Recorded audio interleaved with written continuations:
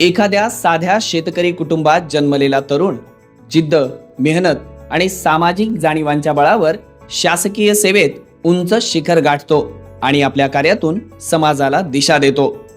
ही आहे एका ध्येयवेड्या व्यक्तिमत्वाची प्रेरणादायी कहाणी. विक्रीकर उपायुक्त एकनाथ सोपानराव पावडे, 2 फेब्रुवारी 1968. नांदेड जिल्ह्यातील पावडेवाडी या छोट्याशा गावात एका कष्टकरी शेतकरी कुटुंबात त्यांचा जन्म झाला. ग्रामीण वातावरणात वाढताना संघर्ष, कष्ट आणि प्रामाणिकपणाची शिकवण त्यांना घरातूनच मिळाली. प्राथमिक शिक्षण जिल्हा परिषद प्राथमिक शाळा पावडेवाडी येथे झाले. लहानपणापासूनच अभ्यासातील जिद्द आणि चिकाटीमुळे 4थीच्या शिष्यवृत्ती परीक्षेत त्यांनी यश संपादन केले. त्यानंतर नांदेडमधील पीपल्स हायस्कूल येथे प्रवेश घेत त्यांनी आपल्या गुणवत्तेचा ठसा उमटवला. शैक्षणिक प्रवासात ते सतत मेरिटमध्ये राहिले आणि याच बळावर त्यांनी समाज कल्याणच्या वसतिगृहात प्रवेश मिळवला. जून 1984 मध्ये 10वीच्या परीक्षेत तत्कालीन औरंगाबाद बोर्डात 7वा क्रमांक मिळवत त्यांनी उज्ज्वल यश संपादन केले. पुढे नांदेडच्या यशवंत महाविद्यालयात विज्ञान शाखेचे शिक्षण घेतल्यानंतर त्यांनी श्री गुरु गोविंद सिंग अभियांत्रिकी महाविद्यालयातून सिव्हिल वॉटर मॅनेजमेंट या शाखेत अभियांत्रिकीची पदवी पूर्ण केली. जून 1990 मध्ये BBC पंप प्रायव्हेट लिमिटेड येथे मार्केटिंग ऑफिसर म्हणून त्यांनी आपल्या व्यावसायिक जीवनाची सुरुवात केली.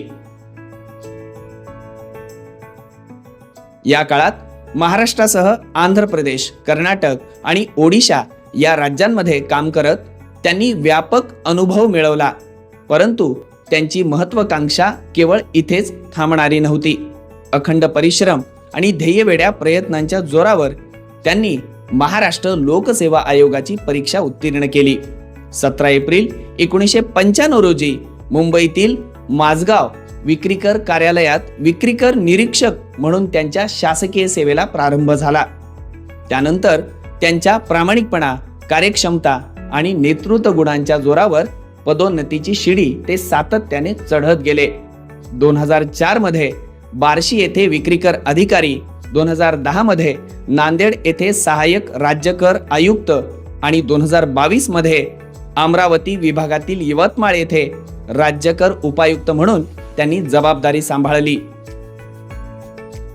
मुंबई, तत्कालीन औरंगाबाद, नांदेड, बार्शी, हिंगोली, अमरावती आणि यवतमाळ अशा अनेक ठिकाणी सेवा देताना त्यांनी महाराष्ट्राच्या मराठवाडा, विदर्भ, पश्चिम महाराष्ट्र आणि कोकण या सर्व विभागांमध्ये कार्य करत प्रशासनातील समृद्ध अनुभव मिळवला. विक्रीकर, मूल्यवर्धित कर आणि पुढे GST या 3 महत्त्वाच्या कर प्रणालींमध्ये त्यांनी अत्यंत प्रभावीपणे काम केले. 2017 मध्ये GST लागू झाल्यानंतर तत्कालीन औरंगाबाद विभागातील अधिकारी आणि कर्मचाऱ्यांना प्रशिक्षण देण्याची जबाबदारी त्यांच्यावर सोपवण्यात आली आणि ते GST मास्टर ट्रेनर म्हणून कार्यरत राहिले. कर व्यवस्थापन प्रभावी व्हावे, कर वसुली वाढावी आणि प्रशासन अधिक पारदर्शी व्हावे यासाठी त्यांनी सातत्याने प्रयत्न केले. GST रिटर्न्सची प्रक्रिया, GST ऑडिट, GST प्रकरणांचे निवारण आणि GST नियमांचे पालन आणि GST संबंधित माहितीचे संकलन यांमध्ये त्यांनी चोख भूमिका पार पाडली. त्यांच्या नेतृत्वाखाली काम करणाऱ्या कनिष्ठ अधिकाऱ्यांमध्ये त्यांनी टीम वर्कची प्रेरणा निर्माण केली. प्रशासनात कार्यरत असलेल्या अनेक महिला अधिकारी व कर्मचाऱ्यांसाठी ते मार्गदर्शक ठरले. संवेदनशीलतेने मार्गदर्शन करणाऱ्या त्यांच्या स्वभावामुळे अनेक जण त्यांना प्रेमाने फादर फिगर असेही संबोधतात. त्यांच्या घरी वारकरी संप्रदायाचे वातावरण आहे आणि संत महात्म्यांचे विचार त्यांनी लहानपणापासूनच ऐकले होते. शेती, माती आणि संस्कृतीवर प्रेम करणारे ते असल्यामुळे प्रशासनाबरोबरच समाजासाठी काहीतरी करण्याची ओढ त्यांना सतत प्रेरित करत राहिली. 1998 मध्ये मराठा सेवा संघाच्या चळवळीशी त्यांचा प्रत्यक्ष संबंध आला आणि त्यामध्ये सहभागी झाल्यानंतर एक पुरोगामी विचारधारा त्यांनी स्वीकारत आपल्या अडचणी दुसऱ्यांनी सोडवाव्यात हा विचार त्यागून गाव, समाज, कुटुंब यांच्याकडे वळून बघावं आणि त्यांच्याही समस्या सोडवण्यासाठी प्रयत्न करावेत, हा ॲडव्होकेट पुरुषोत्तम खेडेकर साहेबांचा विचार त्यांनी अंगी मांडला आणि आत्मविश्वास, विचार, संस्कार मराठा सेवा संघाकडून त्यांनी घेतला आणि याच विचारातून आपले कुटुंब हे संसद आहे आणि कुटुंबातल्या प्रत्येक निर्णय प्रक्रियेतील घरातील महिलांचा सहभाग असलाच पाहिजे, यासाठी ते सातत्याने प्रयत्न करत राहिले आणि आपल्या पत्नीला उद्योगाची उभारणी करून देऊन त्यांना त्यांच्या पायावर सक्षमपणे उभा राहण्यासाठी प्रेरित केले. महापुरुषांच्या आणि महानायकांच्या वैचारिक कार्यक्रमांमध्ये महिलांनी पुढाकार घ्यावा आणि नियोजनापासून सर्व गोष्टींमध्ये महिलाही पुरुषांच्या बरोबरीने त्यामध्ये अग्रेसर असाव्यात, यासाठी त्यांनी प्रयत्न केले. त्यांच्या व्यक्तिमत्वाचा सर्वात महत्त्वाचा पैलू म्हणजे साधेपणा आणि मूल्यधिष्ठित जीवन. वाढदिवस केक ऐवजी फळे कापून साजरा करणे, मृत्यूनंतरच्या अनावश्यक विधींऐवजी वृक्षारोपण करणे, या कृतींमधून त्यांनी समाजासमोर आदर्श उभा केला. कर्त्या समाज सुधारकांचा आदर्श त्यांच्या समोर असल्यामुळे ते केवळ बोलून थांबले नाहीत, तर समाजाला दिशा देणारी कामे त्यांनी अगोदर स्वतः केली आणि त्यातून समाजातील इतरांना संदेश दिला. आपल्या स्वतःच्या मुलीच्या लग्नात अनावश्यक गोष्टींना फाटा देत, अनिष्ट रूढी टाळत त्यांनी पुरोगामी विचारांची कास धरत तो विवाह पार पाडला. त्यासोबतच उपस्थित मान्यवरांना जगद्गुरु संतश्रेष्ठ तुकोबाराय यांची अभंग गाथा त्यांनी भेट दिली.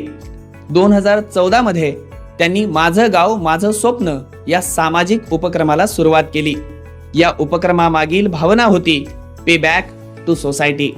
स्पर्धा परीक्षांचे मार्गदर्शन, महिला व मुलींच्या प्रशिक्षणाला प्रोत्साहन, उद्योग व रोजगारासाठी प्रेरणा, या प्रयत्नांमुळे त्यांच्या गावात सुमारे 750 उद्योग उभे राहिले.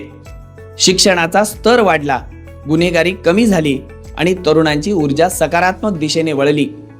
शिक्षण क्षेत्रातही त्यांनी महत्त्वाची भूमिका निभावली.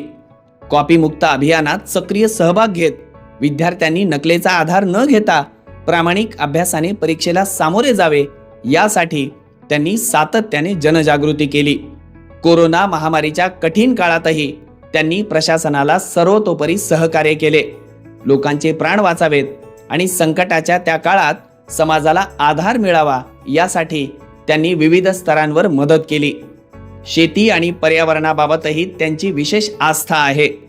विषमुक्त शेतीचा प्रसार, सेंद्रिय भाजीपाला उत्पादन आणि विकेल ते पिकेल या संकल्पनेची जनजागृती करण्यासाठी त्यांनी शेतकऱ्यांना मार्गदर्शन केले.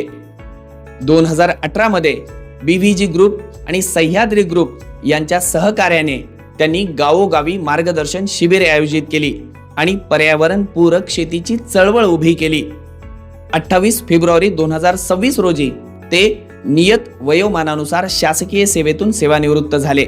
परंतु समाजासाठी कार्य करण्याची त्यांची वाटचाल इथेच थांबणारी नाही.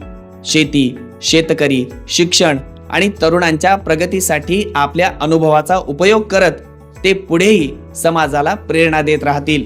एक कर्तव्यनिष्ठ अधिकारी, एक संवेदनशील समाजसेवक आणि मूल्यांनी जगणारा माणूस, हीच आहे विक्रीकर उपायुक्त एकनाथ सोपानराव पावडे यांची प्रेरणादायी जीवनगाथा. यापुढेही शिक्षण, रोजगार, आरोग्य, महिला सक्षमीकरण, विषमुक्त शेती, शेतकऱ्यांच्या विविध समस्या, ट्रेनिंग, काउन्सिलिंग यासाठी ते पुढील आयुष्यातही सातत्याने प्रयत्न करत राहतील. त्यासाठी त्यांना दीर्घ आयुर आणि आरोग्य लाभो. एकनाथ सोपानराव पावडे यांची ही जीवन कहाणी केवळ एका अधिकाऱ्याच्या सेवा प्रवासाची नोंद नाही, ती एका मूल्यधिष्ठित विचारांच्या, कर्तव्य दक्षतेच्या आणि सामाजिक बांधिलकीच्या अखंड प्रवासाची साक्ष आहे आणि समाजासाठी जगण्याच्या ध्यासाची एक अर्थपूर्ण गाथा आहे.